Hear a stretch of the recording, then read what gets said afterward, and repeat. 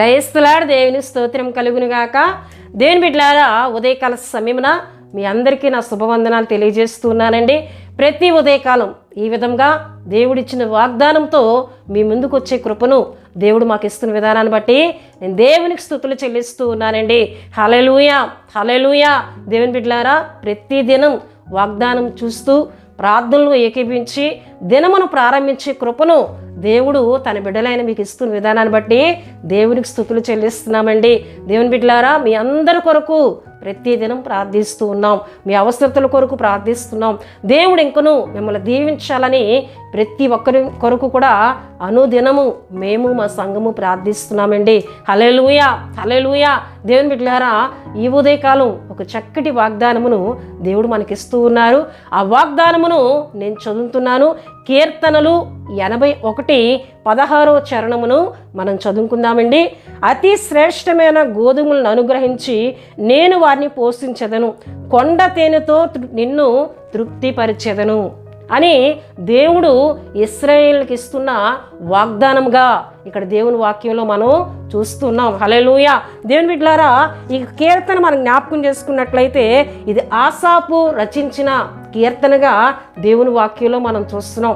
ఆసాపు ఒక లేవీయుడు, ఒక గాయకుడు.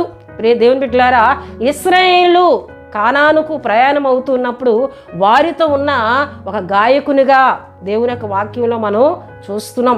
గనుక ఇశ్రాయేలు యొక్క ప్రతి చర్యను ఎరిగిన వాడైన ఆసాపు ఇశ్రాయేల్ విషయమై ఒక చక్కటి దేవుని ఆత్మతో నింపబడి ఒక వాగ్దానమును ఇక్కడ రాసినట్లు దేవుని వాక్యంలో మనం చూస్తున్నాం. ఆ వాగ్దానమును మనం జ్ఞాపకం చేసుకున్నట్లయితే అతి శ్రేష్టమైన గోధుమలను అనుగ్రహించి నేను వారిని పోషించదను. ఎందుకంటే దేవుడు ఇశ్రాయేల్ని ఏ విధంగా పోషించారో, ఇశ్రాయేల్ని ఏ విధంగా నడిపించారో ఆసాపు ఎరిగిన వ్యక్తి గనుక ఆయన ఇక్కడ చెప్తూ ఉన్నారు. అయితే అతి శ్రేష్టమైన గోధుమలను మనం పొందుకోవాలి.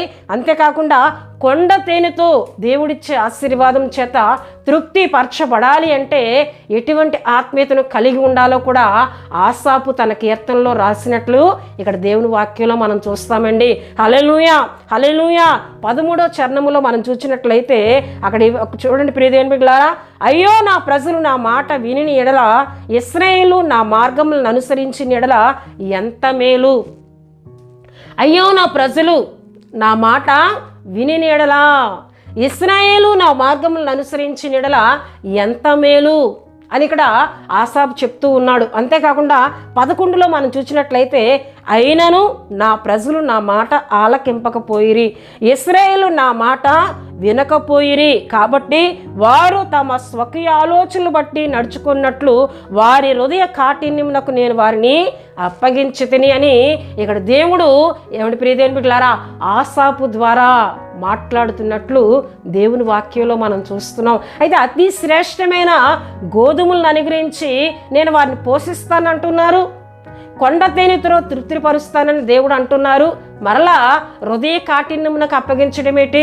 ప్రజలు నా మాట వినట్లేదని దేవుడు మాట్లాడడం ఏంటి ఆసాపు ద్వారా అని చాలామందికి ఆలోచన కలగొచ్చు దేవుని బిడ్డలారా. అయితే అతి శ్రేష్టమైన గోధుమలను అనుగ్రహించి నేను వారిని పోషించాను. అదే రీతిగా నా పోషణలో, నా సంరక్షణలో నా ప్రజలు ఉండాలి అంటే వారు నా మాట వినాలి.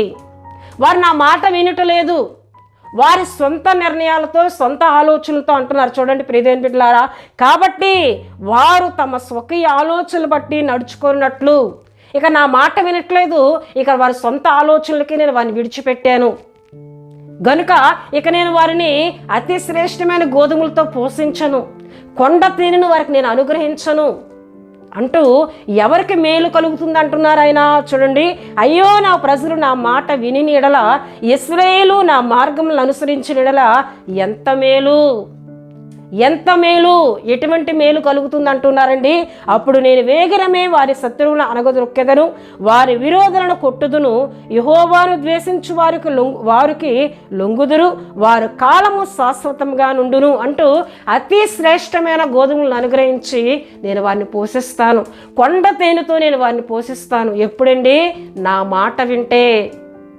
నా మాట వింటే వారికి మేలు కలుగుతుంది. వారి శత్రువులతో నేను యుద్ధం చేస్తాను, వారి విరోధులతో నేను యుద్ధం చేస్తాను. నేను వారికి తోడుగా ఉంటూ వారికి మేలు కలుగు చేస్తాను. శ్రేష్టమైన ఆహారము నేను నా బిడ్డలకు ఇస్తానని దేవుడు మాట్లాడుతున్న వాగ్దానంగా దేవుని బిడ్డలారా ఈ 16 చరణమును మనం చూస్తూ ఉన్నాం. హల్లెలూయా, హల్లెలూయా. నిజమే ప్రియదేవుని బిడ్డలారా, ఆయన మాట వినకయే దేవుని చేత దీవించబడలేకపోతున్నాం.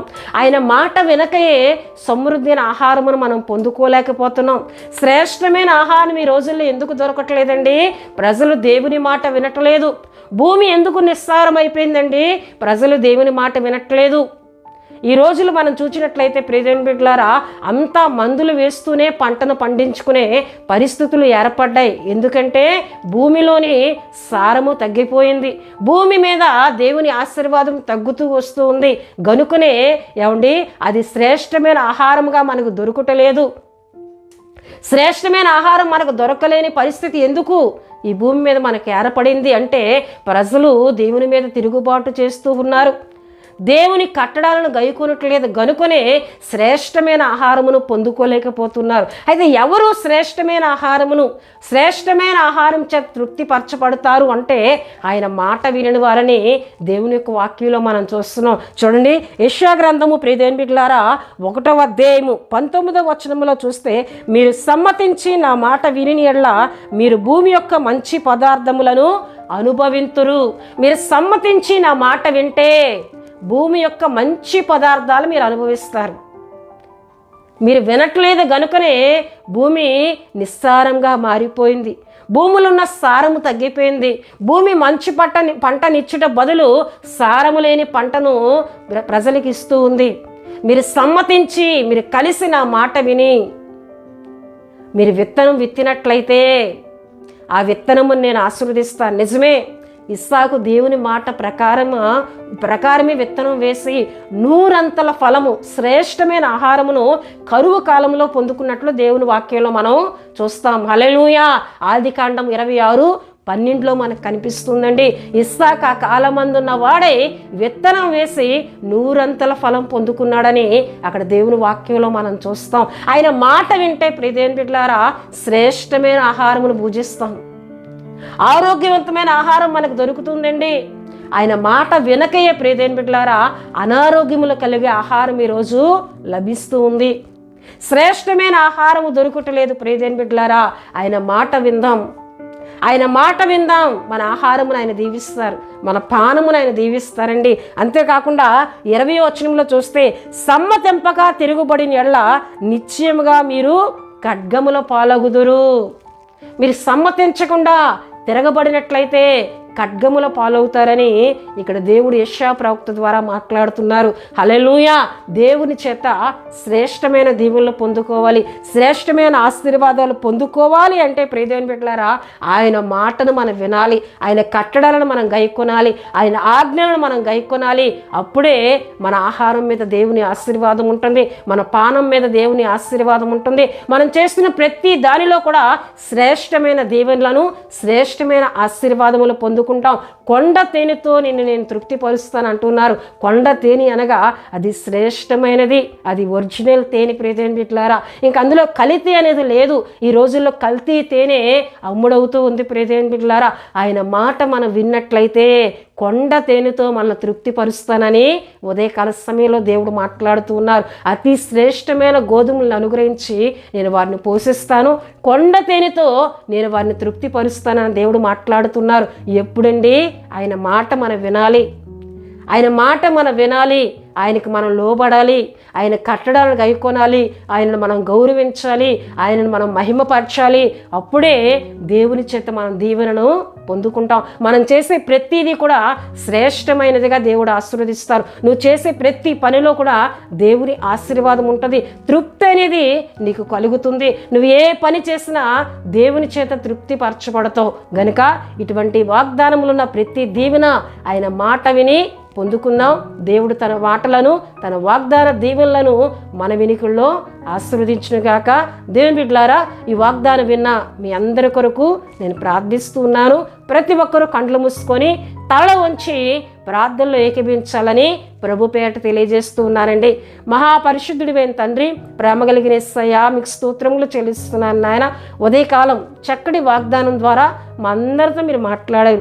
శ్రేష్టమైన ఆహారమును మాకు ఇచ్చే దేవుడు అయా, శ్రేష్టమైన దేవుళ్ళు ఇచ్చి మమ్మల్ని పోషించే దేవుడు, కొండ తేనెతో తృప్తి పరుస్తానంటున్నాం. అంటే మేము తలపెడుతున్న వాటన్నిటిలో తృప్తిని మేము చూడగలమని, ఆశీర్వాదం మేము చూడగలమని మాట్లాడుతున్నారు. ఇవన్నీ మేము పొందుకోవాలంటే మీ మాటను మేము వినాలయ్యా.